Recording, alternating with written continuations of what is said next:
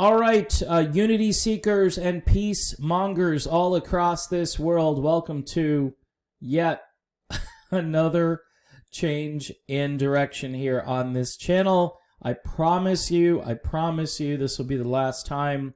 Rebranding is not a good idea, especially this many times. But I literally woke up in the middle of the night last night, laying there on the bed thinking, unity politics. It's what we need. We need unity politics. We need a whole new movement that looks at both sides of the aisle and says, okay, guys, quit the fighting. Like a parent coming into the room, and you got these kids, and they continue to fight, and you say, you know what? You guys have to figure out a way to get along so we can get stuff done. Now, you may be thinking, oh, Dave, you're just encouraging the political establishment to just do anything and just to run roughshod over real reform. But I take my cues from Tulsi Gabbard. I would rather see a whole bunch of toffee being made and passed out to people. And I'd rather see people looking at one another rather than a political rival, but somebody that they should try to work with to get things done for the American people. I've made this claim that Donald Trump is a blank slate in several different ways, and it's not all bad. You got prison reform. You got criminal justice reform. You got stimulus. That was something that a Republican would never do. Imagine if instead of having angry Pelosi and angry Schumer every day because Trump is president, and by the way, 90% of the country, or it seems that way, it's not that high. When you turn on the media, it seems that 90% of the country is constantly mad at Donald Trump. You should be mad at yourselves. You should be mad at yourselves because you're the one perpetuating the anger. You're the one that is ratcheting up the tension between yourself and your fellow American who, quite honestly, minds their own business, pays their bills, pays their taxes, does what they need to do. Now, my friend Alan, who is kind of like a political soulmate here, and he's, you know, me and him on Twitter, he's just been a really nice person to me, and I have appreciated his takes on just about everything. He sends out this epic tweet, which, of course, a lot of people aren't going to see or care about, because Alan is preaching moderation. And anytime you preach moderation, you get hit from all sides. And this is, but you know what? What you have to do is look the other person in the eye and go, is that solution that you're proposing so radical that people on the far right or the far left are just not going to even listen to it? They're not going to listen to it. And this is what we've got to understand, that words mean things. So when you say defund the police, for instance, that means something. The fact that you have to backpedal and explain what defund the police means shows me, tells me that you're not too confident in your position, or you feel as though it's kind of like, you know, you broke the plate. You know what I mean? Like your parents, before they got home, you broke one of their precious china plates from, you know, some collection that has been in the family for like 200 years. You know you broke the plate, but yet you're trying to hide. And it's the same thing. It's like, oh, maybe no, if you're going to go far on a slogan like this and then you have to backpedal with it, the slogan wasn't a good idea to begin with. So Democrats have smartly, this is all politics though. They've changed it to reimagine the police. This is something that Tucker Carlson highlighted on his show last night. I don't want to reimagine the police. I want the police to be effective. I want them to work together to get things done. Work within their department, other departments, find the rogue cops, get the rogue cops out, and maybe you do some new kinds of training. Maybe you have different branches of the police force. You have the violent crime unit. You have the beat cops and so forth. And in some locales, it's already being done. So again, a lot of this is useless rhetoric that's dividing Americans. Because one side, and that would be kind of where I am right now, believes that you're trying to eliminate my public safety. Please do not mess with my public safety. All right? Now, let's get to Alan's tweet because it's so amazing. To the Greens, this is the Green Party, because we're all kind of like, come on, Green Party, this would be great. Capitalism, not crony capitalism, is quite effective. Ooh. And efficient to raise standards of living and drive innovation. 100% correct. 100% correct. The Greens are running a socialist candidate, and they've said, and I've said, first of all, I tried to wrestle with the word socialism for many months, and I'm like, nah, there's a reason Tulsi Gabbard never said she was a socialist. She never used that term because she knew in the back of her mind that she was a capitalist who wanted some tight controls here and there to keep things within certain boundaries, much like FDR did. To the Libertarians, and again, I'm wanting to vote Libertarian.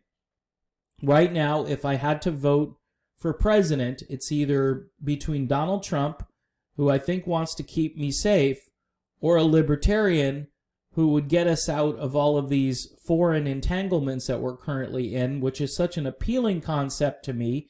But are they kind of radically on the other side when it comes to the economy, which it seems that's where they are, and also kind of siding with criminal activity, which so far their candidate Joe Jorgensen hasn't really impressed me in that area.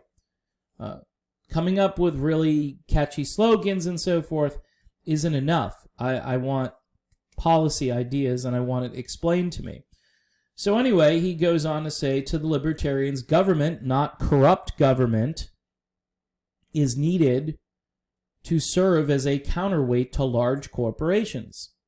Amen. In other words, like I was saying, you need to enact, regulate, just like anything else, you're regulating in the environment, you're supposed to be regulating the banks and so forth, which we're not doing adequately. We should be raising taxes to pay for infrastructure. We can do both. We can have a robust economy and have money come into the treasury to pay the bills. So at the very end of this, he says, don't be dogmatic. Think. Oh, it's just perfect. You know, it's got 18 likes. Should have like 10,000 likes. Of course, I don't think that many people follow Alan, but they should, because he is, I think he's where a lot of Americans are, and this is why I decided to find, this is it. I'm not rebranding anymore. I'm calling for unity. I'm calling for unity on the streets. All right? I'm calling unity in the midst of the pandemic because we've politicized a virus. But that also means the truth gets out. Real truth, not just one side every single day telling you that the world is going to end. We need to talk about the mortality rate. We need to talk about how this is not the most deadly virus that's, been known. I do worry that older folks and vulnerable folks getting sick is a problem, and I think those people should be required to isolate, required to self-quarantine, whereas the rest of the population, not so much. I mean, there should be a test, a risk test, that is developed, but I haven't heard of such a thing. It's just you're either positive or negative. And then, of course, how they're counting. All right, this is another video, and I'll explore that. And I don't want to dispense medical advice to people. That's not what I think I should do on this channel. But if we are to get things done in this country, we've got to understand that there's nuance. The Greens don't have this figured out. They don't. They're just a more radical version of the far left. Libertarians with a lot of great ideas, but acknowledging that government has a role an economic role, by the way. They have a role in society to kind of keep the playing field fair. And also, not to just disparage anybody who needs, say you need to go on food stamps for a while, or you need some help. You can't pay your mortgage because the government has told you can't go to work anymore. Because this is literally happening, all right? And if you don't like what the government is doing, then you have no recourse. And so, again, there should be a safety net, especially for people who are literally thrown into that net. We can have a debate about people that have been in the system for years and years and years, and maybe you have a cutoff, and I know that sounds cruel, but if they're not able, within 5 or 10 years or something to get out of that system, then there might be a larger problem. And then, again, education, training, job guarantee, maybe. It depends on the person's aptitude. Maybe there's a job that could be guaranteed. I know that sounds like a very progressive idea, but you've got to look at all ideas. This is what unity is about. And unity can also find its way into the conversation when it comes to these social issues.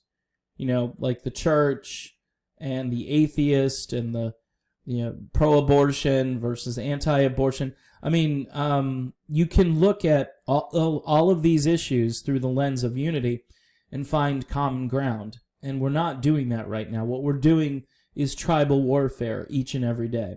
And if you think this isn't a popular message, there are so many people that are ready to just, put the white flag up. Not to say that they've given up, but the peace flag, with a dove on it, peace sign, something to indicate that enough. This isn't what our world is supposed to be about. This is supposed to be about peace and love and finding common ground. And I don't turn on the media to see peace and love and common ground.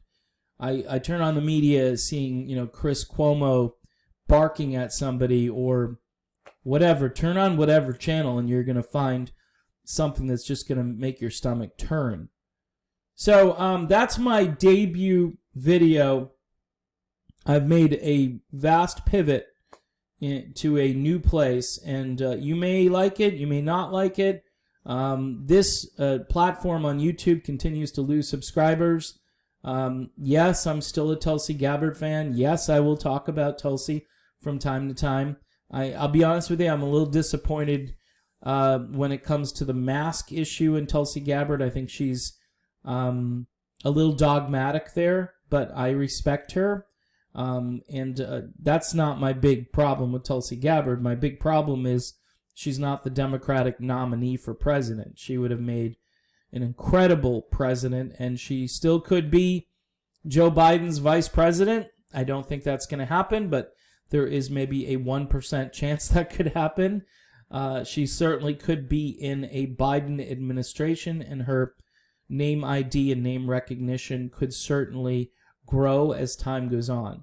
So I will be talking about Tulsi when it's appropriate, and really any other politician. Joe Jorgensen, certainly I'm monitoring her campaign.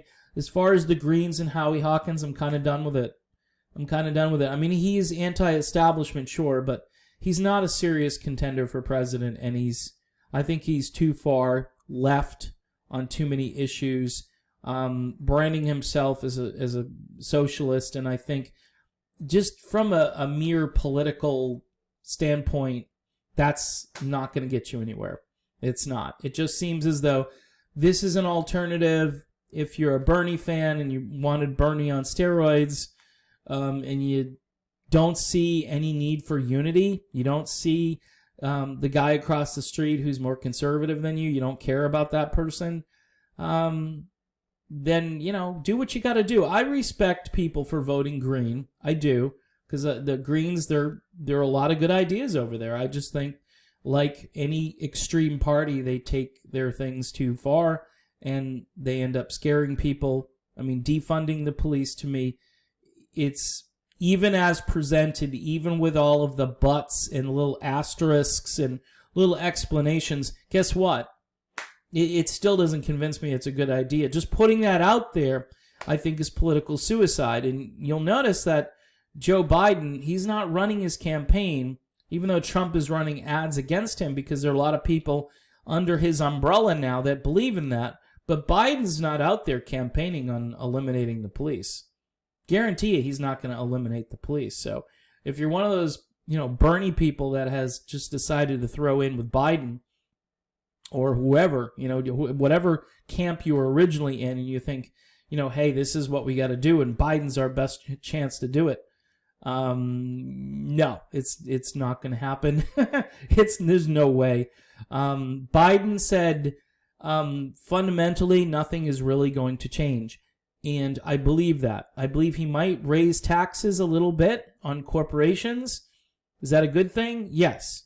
But it'll be offset because the war machine, those taxes coming in, will certainly go to the military-industrial complex when we decide we're going to take Maduro out. We're going to start going all over the world because it's, the deep state unleashed if Biden becomes president. Trump at least doesn't want to do that and is constantly fighting with people in his, I won't say in his administration, but those that have been in Washington prior to Trump getting there and saying, hey, Trump, you don't know what you're talking about. Maybe he doesn't, but his instincts on war are particularly good, and they're better than what we've seen in the past.